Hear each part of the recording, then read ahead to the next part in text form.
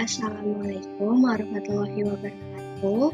Yang terhormat Bapak Dingin Ridwanuddin selaku dosen pengampu mata kuliah Bahasa dan Sastra Indonesia. Sebelumnya, perkenalkan nama saya Suhailah Mahmudah dengan NIM 079 dari kelas 4C Program Studi PGRI. Di video kali ini, saya akan memaparkan materi-materi yang telah kami pelajari selama 1 semester. Adapun tujuannya dibuat video ini adalah untuk memenuhi tugas ujian akhir semester di mata kuliah Bahasa dan Sastra Indonesia.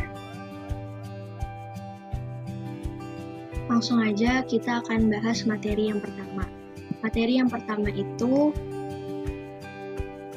membahas tentang deskripsi benda. Nah, kata benda adalah semua kata yang merupakan nama benda, nama diri, atau yang dibedakan, atau yang dibendakan, atau nomina. Nah, kata benda juga disebut dengan nomina, seperti kata bintang, perbintangan, amal, amalan, raja, kerajaan, catur, dan pencaturan, dan masih banyak lagi. Nah, kata benda terbagi menjadi dua. Yang pertama itu ada kata benda konkret, dan yang kedua itu ada kata benda abstrak. Nah, yang akan kita bahas pertama adalah kata benda konkret. Secara umum, kata benda konkret itu adalah kata yang memiliki makna acuan objek yang bisa dilihat, dirasakan, didengar, dan dicium oleh panca indera. Contohnya yaitu ibu, bapak, baju, bola, lampu, gitar, motor, dan sebagainya. Nah, adapun bentuk kalimat dari kata benda konkret yaitu ayah memperbaiki sepeda. Nah, kata-kata tersebut merupakan sesuatu yang bisa kita rasakan dengan panca indera. Misalnya, kita bisa melihat sepeda motor yang sedang berjalan dengan menggunakan indera penglihatan yaitu mata. Nah, kita lanjut ke pembahasan yang kedua yaitu kata benda abstrak. Nah, kata benda abstrak adalah kata yang menyatakan nama dari sebuah benda, namun benda yang dimaksudkan tersebut merupakan benda yang tak kasat mata atau tidak dapat ditangkap oleh panca indera. Contohnya kayak keyakinan, keuntungan, kekayaan, udara, ilmu, kebaikan, dan sebagainya. Nah, adapun bentuk kalimat kata benda abstrak yaitu Indonesia terdiri dari berbagai macam kesenian daerah yang berbeda antara satu daerah dengan daerah lainnya. Lalu kita lanjut ke materi yang kedua. Materi yang kedua itu membahas tentang identifikasi diri. Nah, yang pertama itu ada menuliskan nama diri. Nama dapat dikatakan sebagai identitas karena kita dapat mengenal seseorang melalui nama dirinya. Nah, adapun pembentukan nama. Nama-nama yang diberikan oleh orang tua kepada anak-anak mereka bervariasi tergantung dari asal pulau, suku, kebudayaan, bahasa, dan pendidikan yang diterima oleh orang tua. Nah, adapun karakteristik nama diri dan keluarga terdiri dari nama diri dan toponomi dan teori nama diri atau teori deskripsi. Nah, selanjutnya ada menulis nama dengan status sosial. Dalam kehidupan sosial, seseorang memiliki peran dan jabatan masing-masing. Peran dan jabatan itu ditentukan dari usaha atau upaya yang mereka lakukan. Nah, status sosial sendiri ada 3 status. Ada ascribed status, yaitu status sosial yang diperoleh dengan sendirinya atau didapatkan karena faktor keturunan. Terus yang kedua ada achieved status, yaitu status yang diperoleh melalui usaha yang disengaja terlebih dahulu. Terus yang terakhir ada assigned status, yaitu status yang diberikan oleh masyarakat sebagai tanda penghargaan atas jasanya. Nah, lalu yang terakhir ada menulis nama dengan pangkat akademik. Nah, pangkat akademik sendiri adalah gelar yang diberikan kepada seseorang yang diperoleh melalui proses pendidikan. Contohnya itu kayak SE, yaitu sarjana ekonomi. Nah, kita lanjut ke materi yang ketiga. Materi yang ketiga itu adalah kalimat sapaan. Nah, kalimat sapaan merupakan kalimat yang digunakan dalam menegur sapa seseorang yang diajak berbicara ke orang kedua atau menggantikan nama orang ketiga. Nah, kalimat sapaan memiliki beberapa fungsi. Yang pertama, fungsinya untuk menegur atau menyapa lawan bicara. Yang kedua, menarik perhatian orang lain.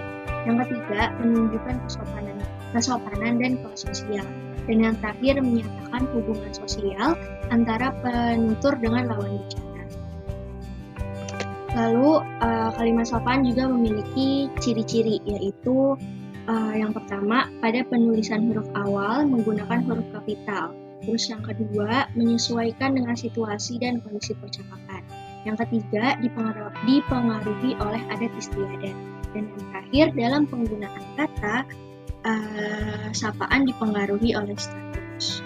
Nah, kalimat sapaan juga memiliki beberapa jenis. Yang pertama itu ada sapaan nama diri, kata ganti orang atau pronomina persona, kekerabatan, dan sapaan gelar. Kalimat sapaan juga memiliki karakteristik, di antaranya tidak mempunyai perbendaharaan atau kosakata sendiri, dan terdapat tingkatan kata berdasarkan pelaku yang disapa. Nah, contoh kalimat sapaan itu ada beberapa. Yang pertama itu kalimat sapaan hormat. Contohnya sebagai berikut. Selamat pagi Bapak dan Ibu sekalian. Mari kita mulai saja rapat pagi pada kesempatan ini. Nah, lalu contoh yang kedua itu ada kalimat sapaan biasa. Contohnya, halo adik-adik, bagaimana kabarnya hari ini? Nah, contoh kalimat sapaan yang ketiga itu kalimat sapaan tidak formal. Contohnya itu, kamu tumben amat telat masuk kelas. Nah, contoh berikut adalah beberapa contoh-contoh dari kalimat sapaan. Nah, selanjutnya kita lanjut ke materi yang keempat. Materi yang keempat yaitu dialog, prolog, dan epilog. Nah, dialog adalah percakapan atau penggunaan bahasa secara langsung dalam percakapan, baik secara lisan maupun tulisan. Pastinya dialog memiliki fungsi, diantaranya yang pertama mengemukakan persoalan secara langsung, menjelaskan tentang tokoh atau perannya, melukiskan watak tokoh-tokoh dalam cerita, dan yang terakhir mengembangkan plot dan menjelaskan isi cerita kepada pembaca atau penonton. Nah, lalu selanjutnya ada prolog.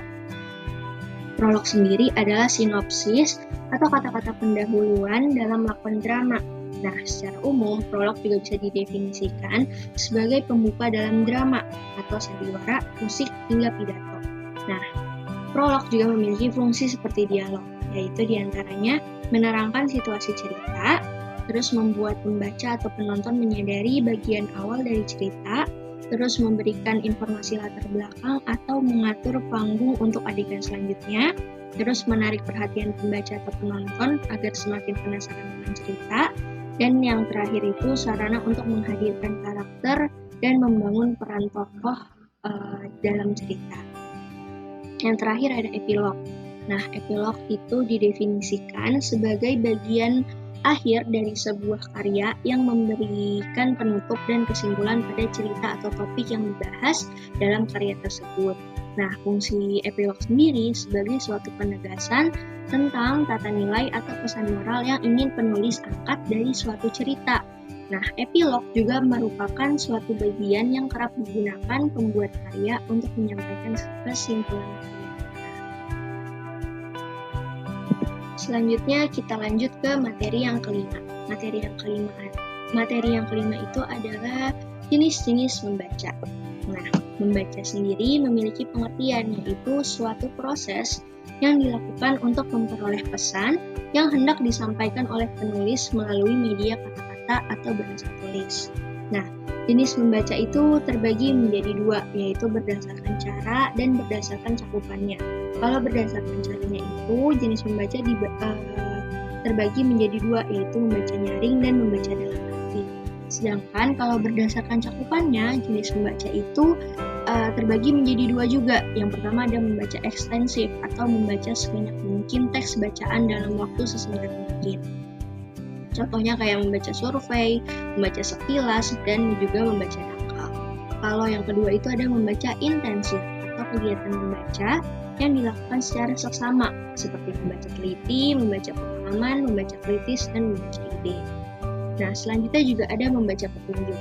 Nah, petunjuk sendiri mencakup instruksi, perintah, pedoman, dan jenis wacana yang meminta pembaca agar berbuat sesuatu. Nah, petunjuk digunakan untuk melakukan sesuatu dengan dibuat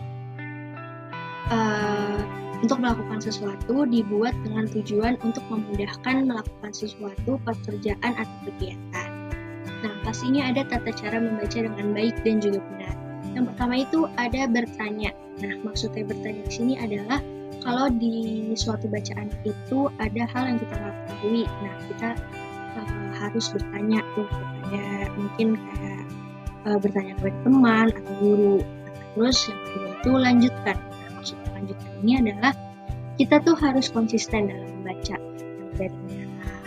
Yang dari awal itu kita baca sedikit-sedikit. Nah, dengan kita lanjutin membaca secara konsisten itu bisa jadi nanti ke depannya itu kita akan terus banyak membaca. Selanjutnya itu pilih. Maksudnya pilih adalah kita harus memilih bacaan mana yang bagus dan baik untuk kita nantinya. Terus yang keempat, diskusikan. Terus selanjutnya simpulkan. Terus yang keenam ada catat. Dan yang terakhir pastinya untuk menjaga jarak pandang membaca yaitu sekitar 30 cm. Selanjutnya kita masuk ke materi 6 yaitu tata cara membaca puisi dan membaca teks. Nah, di sini ada pengertian puisi, terus ada pengertian prosa. Yang akan kita bahas terlebih dahulu adalah puisi. Nah, pengertian puisi adalah suatu karya sastra yang berasal dari ungkapan atau curahan hati penyair. Puisi juga memiliki ciri-ciri. Yang pertama ada dasar ekspresi, teknik ekspresi, dan bahasa ekspresi. Lalu, puisi juga memiliki karakteristik. Yang pertama, memadatkan, terus sublim, sugesti, asosiatif, inovasi, menyampaikan secara tidak langsung, konotatif, mengeksploitasi kekuatan irama melalui bunyi, tipografi, ekspresif, emotif, dan kontemplatif, intelek, dan imajinatif. Nah, ada pun tata cara membaca puisi. Yang pertama pastinya pahami dan dalami makna yang terdapat dalam puisi. Terus yang kedua, tampilkan ekspresi yang tepat. Terus yang ketiga, gunakan intonasi yang pas. Terus yang keempat, pengucapan yang jelas dan baik. Dan yang terakhir, penekanan pada kata-kata. Nah, selanjutnya kita akan membahas tentang prosa. Prosa sendiri adalah sebuah karya naratif yang menceritakan sesuatu yang bersifat rekaan, khayalan, dan tidak berdasarkan kenyataan, atau dapat juga berarti suatu kenyataan yang lahir berdasarkan khayalan. Terus ciri-cirinya itu dinamis, rakyat sentris, realistis, dipengaruhi sastra barat, dan nama penciptanya dicantumkan.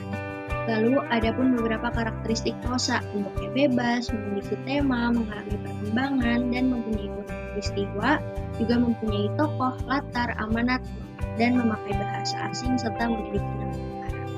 Lalu ada pun tata cara membaca prosa, yaitu yang pertama bacalah judul teks, yang kedua baca secara seksama, yang ketiga perhatikan struktur teks, dan yang terakhir perhatikan penggunaan kosakata dan gaya bahasa. Nah, selanjutnya kita lanjut ke materi ketujuh, yaitu menulis tegak bersambung. Nah, menulis tegak bersambung sendiri merupakan kegiatan merangkaikan huruf demi huruf dengan memperhatikan bentuk huruf tegak bersambung. Kegiatan tersebut dilakukan tanpa mengangkat alat tulis agar hasil tulisannya tidak terputus-putus. Nah, ada pun beberapa manfaat dari kegiatan menulis tegak bersambung.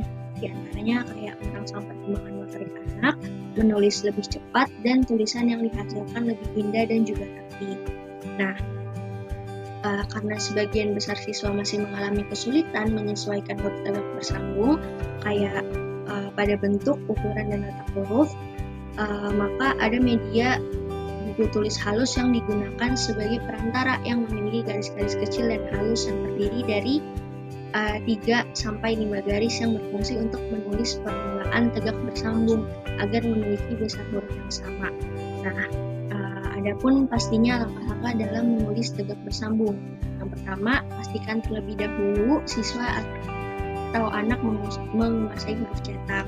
Lalu yang kedua, untuk mengenalkan huruf tegak bersambung dapat dilakukan dengan merangkaikan titik-titik yang nantinya apabila disambung akan membentuk abjad huruf tegak bersambung.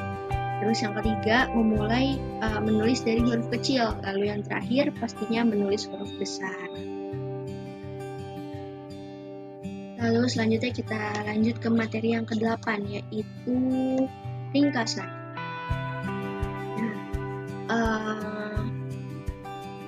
Pastinya ringkasan memiliki pengertian. Nah, pengertian ringkasan adalah penyajian karangan atau peristiwa yang panjang dalam bentuk yang singkat dan efektif.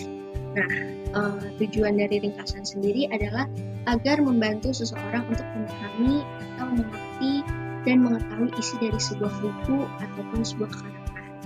Nah, ringkasan juga memiliki perbedaan dengan ikhtisar. Perbedaannya itu, kalau ringkasan kan tetap mempertahankan urutan isi dan sudut pandang pengarang asli.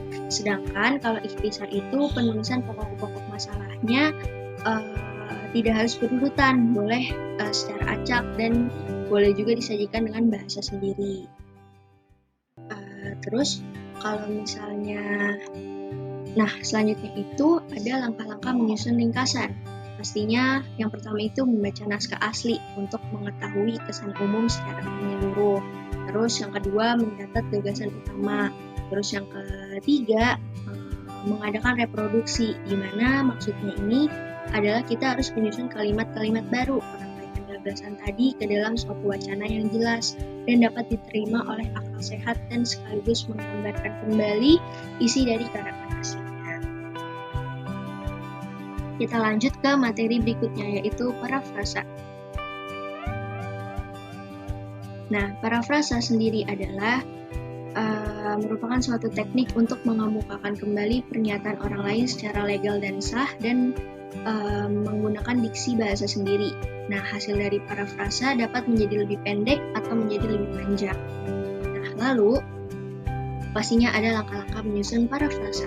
Nah, langkah-langkahnya itu diantaranya yang pertama membaca teks sumber secara keseluruhan sehingga kita benar-benar memahami isi teks tersebut.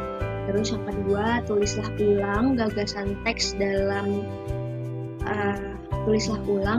dalam teks asli dengan pemilihan kata sinonim yang tepat pada tiap kalimat. Terus yang ketiga, mengartikan kata yang sulit adanya dengan kalimat yang lebih mudah dipahami. Terus yang keempat, mengartikan kata yang sengaja dihilangkan penulis agar memudahkan menyusun kalimat gagasan atau kalimat. Dan yang kelima, buatlah daftar beberapa kata di bawah parafrase. Terus menambahkan tanda petik ganda untuk menentukan peribahasa khusus, terminologi atau frase yang digunakan pada teks asli. Lalu yang ketujuh, menyusun dalam bentuk kalimat membentuk paragraf. Dan yang terakhir, tulislah sumber untuk mempermudah dalam menuliskan sumber pustaka atau referensi. Nah, ada beberapa contoh parafrase, di antaranya ada parafrase generik spesifik, ada parafrase amplifikasi, ada parafrase spesifik generik, terus ada parafrase kontraksi, dan yang terakhir ada parafrase rangkuman.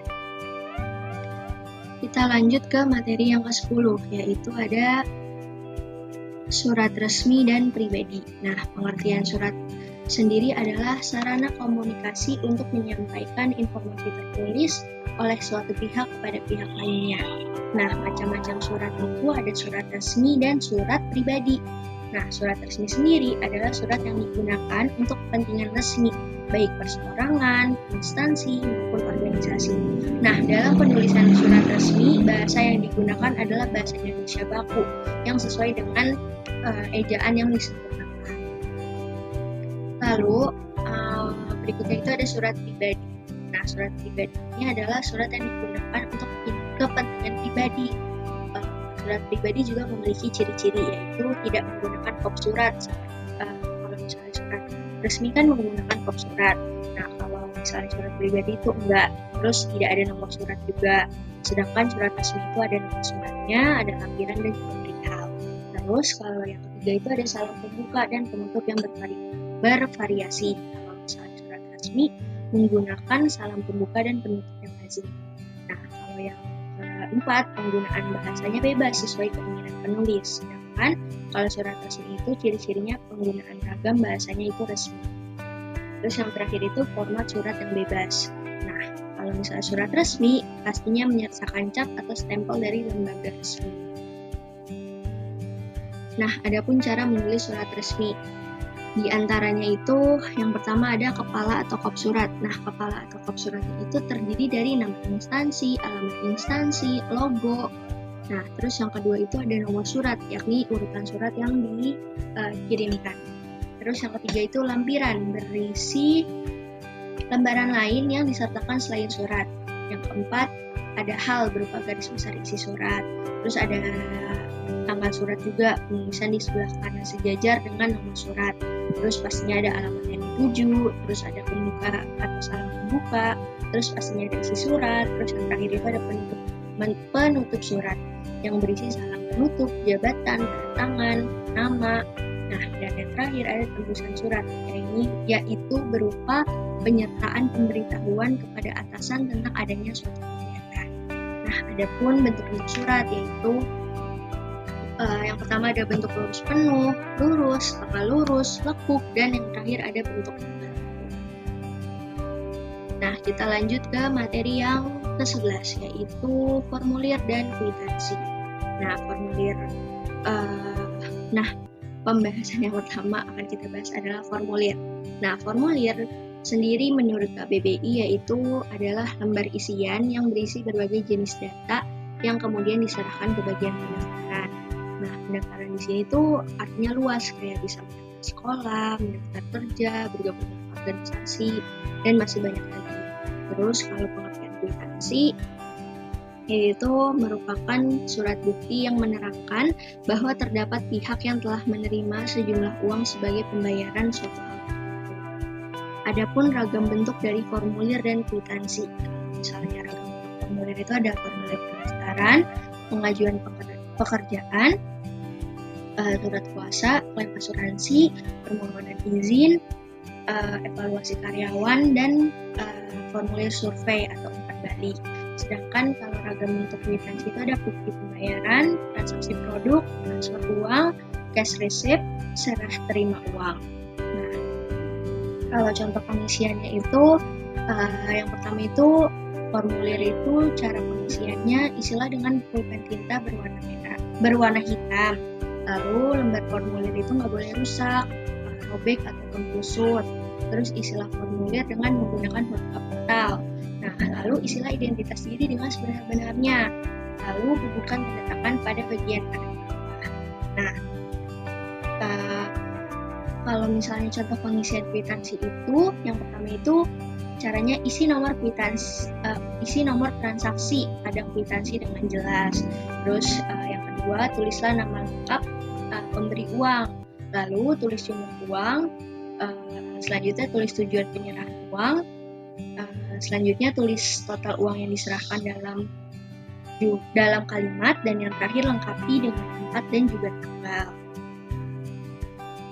Nah, kita masuk ke materi yang terakhir, yaitu materi yang ke-12, yaitu tentang pidato. Nah, pidato merupakan kegiatan berbicara di depan umum atau berorasi yang dilakukan untuk menyatakan pendapat atau memberikan gambaran mengenai suatu hal.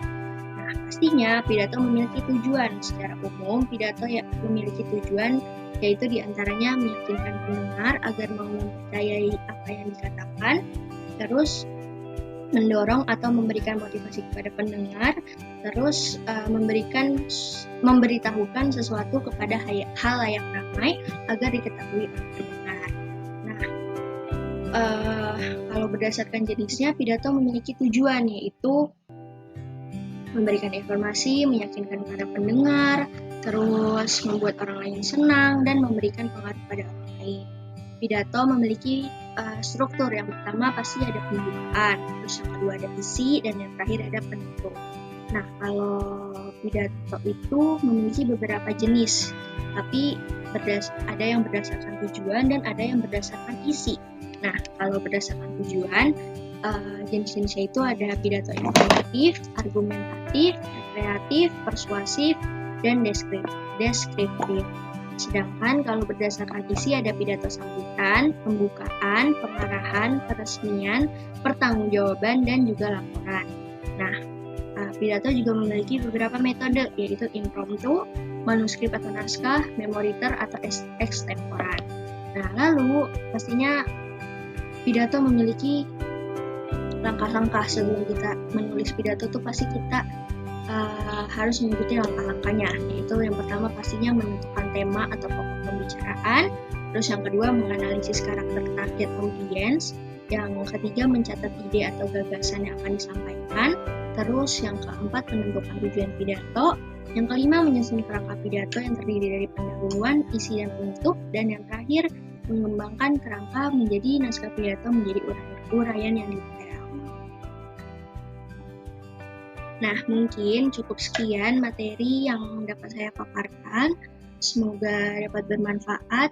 Kurang lebihnya mohon maaf. Wassalamualaikum warahmatullahi wabarakatuh.